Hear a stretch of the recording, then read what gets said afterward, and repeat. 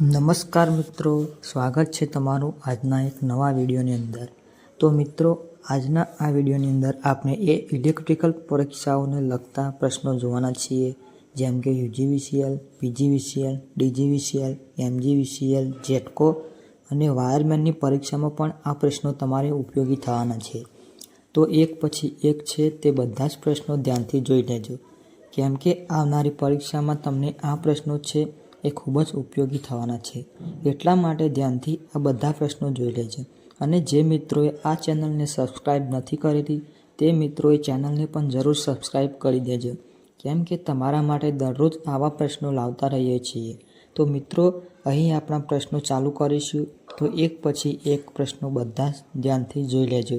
તો મિત્રો, આજે આપણો પહેલો પ્રશ્ન છે, ટ્રાન્સફોર્મરમાં અવાહક તરીકે કયું ઓઇલ વપરાય છે? A. Mineral oil, B. Lubricating oil, C. ગેલોસીન ઓઇલ, ડી. Crude oil. તો એમાં મિત્રો આપણો સાચો જવાબ આવશે એ. Mineral oil. તો મિત્રો, અહીં આપણો આગળનો ક્વેશ્ચન છે, હીટર, ઓવન, ઇલેક્ટ્રિક ઇસ્ત્રી વગેરેમાં ગરમીને ચોક્કસ દિશામાં પ્રસરણ કરવા માટે કયું સોફ્ટ ઇન્સ્યુલેટિંગ મટીરિયલ વપરાય છે? એ. કાચ, B. Porcelain, C. Asbestos, D. Leatheroid. તો એમાં મિત્રો આપણો સાચો જવાબ આવશે સી. એસ્બેસ્ટોસ. તો મિત્રો, અહીં આપણો આગળનો ક્વેશ્ચન છે, XLPE એટલે? A. Gel polyethylene, B. Gel porcelain ethylene, C. Cross linked polyethylene, D. Cross linked porcelain ethylene. તો એમાં મિત્રો આપણો સાચો જવાબ આવશે સી. Cross linked polyethylene. તો મિત્રો, અહીં આપણો આગળનો ક્વેશ્ચન છે, નીચેના પૈકી કયા મટીરિયલની ડાય ઇલેક્ટ્રિક સ્ટ્રેન્થ સૌથી વધારે છે? એ. લાકડું, B. Sulphur hexafluoride, C. Asbestos, D. Nitrogen. તો એમાં મિત્રો આપણો સાચો જવાબ આવશે બી. સલ્ફર હેક્ઝાફ્લોરાઇડ. તો મિત્રો, અહીં આપણો આગળનો ક્વેશ્ચન છે, નાઇક્રોમ એ ખાલી જગ્યાનું ઉદાહરણ છે? A. Insulator, B. Conductor, C. Bad conductor, D. Aluminium. તો એમાં મિત્રો આપણો સાચો જવાબ આવશે સી. Bad conductor. તો મિત્રો, અહીં આપણો આગળનો ક્વેશ્ચન છે, નીચેનામાંથી કયો ગુણધર્મ ઇન્સ્યુલેટરનો નથી? એ. ઉચ્ચ હીટ કન્ડક્ટિવિટી, બી. ઉચ્ચ પરમિબિલિટી, સી. ઉચ્ચ ડાય ઇલેક્ટ્રિક સ્ટ્રેન્થ, ડી. ઉચ્ચ મિકેનિકલ સ્ટ્રેન્થ. તો એમાં મિત્રો આપણો સાચો જવાબ આવશે બી. ઉચ્ચ પરમિબિલિટી. તો મિત્રો, અહીં આપણો આગળનો ક્વેશ્ચન છે, એસ્બેસ્ટોસ એ ખાલી જગ્યા છે? એ. ઇન્સ્યુલેટિંગ પ્રવાહી, B. Insulating hard sheet, C. Metal sheet, D. Insulating soft sheet. તો એમાં મિત્રો આપણો સાચો જવાબ આવશે ડી. Insulating soft sheet. તો મિત્રો, અહીં આપણો આગળનો ક્વેશ્ચન છે, ડાય ઇલેક્ટ્રિક સ્ટ્રેન્થનો એકમ કયો? એ. KA/mm, બી. KW/mm, C. KV/mm, D. KΩ/mm. તો એમાં મિત્રો આપણો સાચો જવાબ આવશે સી. KV/mm. તો મિત્રો, અહીં આપણો આગળનો ક્વેશ્ચન છે, નીચેના પૈકી કયું ઇન્સ્યુલેટિંગ મટીરિયલ વાઇન્ડિંગમાં વપરાય છે? A. Leatheroid paper, B. Empire cloth, C. Presspahn, D. તમામ. તો એમાં મિત્રો આપણો સાચો જવાબ આવશે ડી. તમામ. તો મિત્રો, અહીં આપણો આગળનો ક્વેશ્ચન છે, ગેસ રૂપમાં કયા ઇન્સ્યુલેટર વપરાય છે? A. Hydrogen, B. Nitrogen, C. Sulphur hexafluoride, D.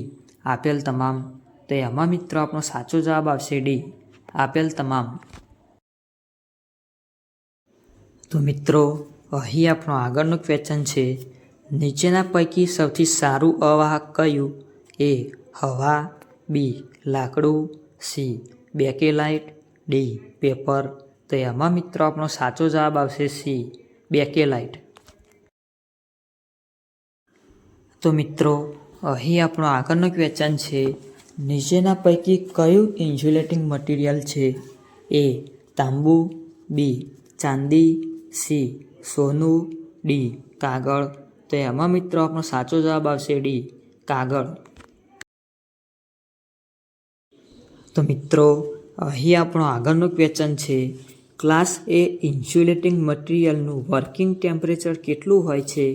A 90°C, B 105°C, C 155°C, D 180°C. તો એમાં મિત્રો આપણો સાચો જવાબ આવશે બી 105°C. તો મિત્રો અહીં આપણો આગળનો ક્વેશ્ચન છે, વેલ્ડિંગ મશીન માટેના વાઇન્ડિંગમાં કયા ક્લાસનો ઇન્સ્યુલેટિંગ મટીરિયલ વપરાય છે? A Y class, B A class, C E class, D H class.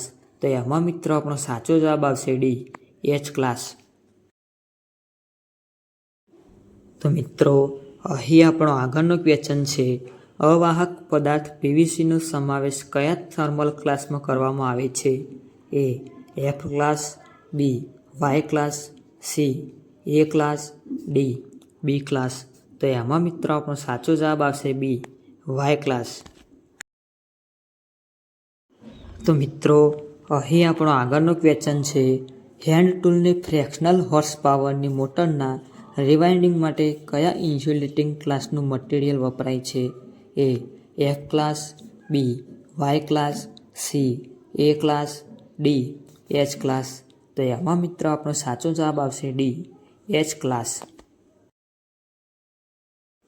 તો મિત્રો અહીં આપણો આગળનો ક્વેશ્ચન છે, નીચેના પૈકી કઈ મિશ્ર ધાતુનો ઉપયોગ સ્ટાન્ડર્ડ રેઝિસ્ટન્સ બનાવવા માટે થાય છે?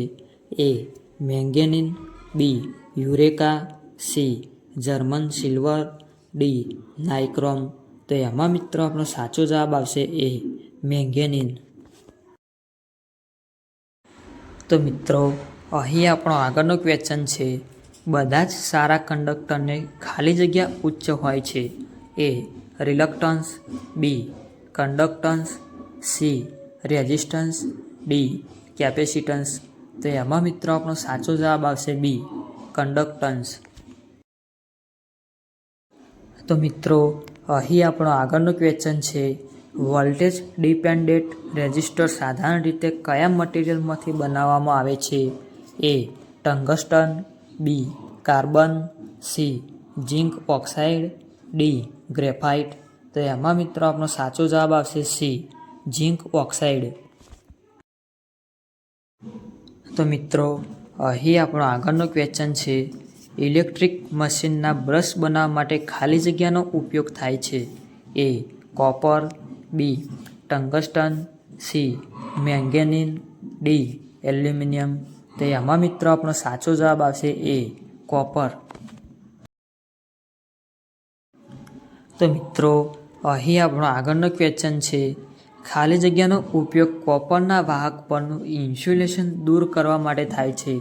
એ ચપ્પુ અને wire stripper, B crimping tool, C rawl tool, D hacksaw frame. તો એમાં મિત્રો આપણો સાચો જવાબ આવશે એ ચપ્પુ અને વાયર સ્ટ્રીપર. તો મિત્રો અહીં આપણો આગળનો ક્વેશ્ચન છે, અશુદ્ધ પાણી એ વીજળીનું એ સુવાહક છે, બી અવાહક છે, સી અર્ધવાહક છે, ડી ઉપરનામાંથી એકેય નથી.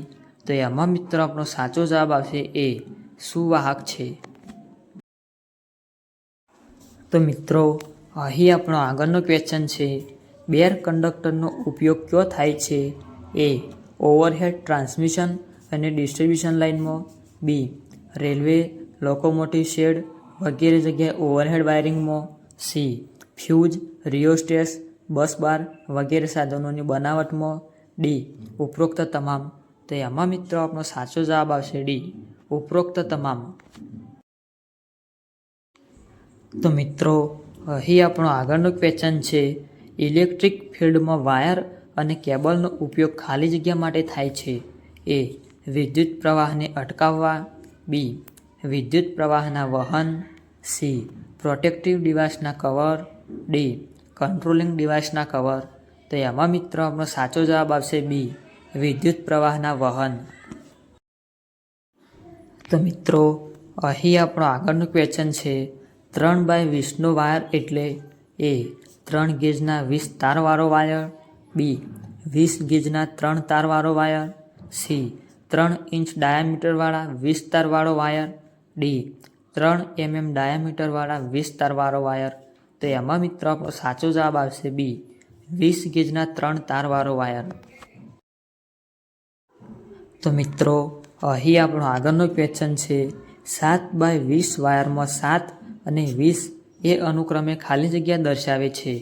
એ વાયરની સંખ્યા અને પ્રત્યેક વાયરનો ગેજ, બી વાયરનો ડાયામીટર અને પ્રત્યેક વાયરનો ગેજ, સી વાયરનું વજન અને પ્રત્યેક વાયરનું ડાયામીટર, ડી વાયરની સંખ્યા અને કુલ વાયરનો સંયુક્ત ગેજ.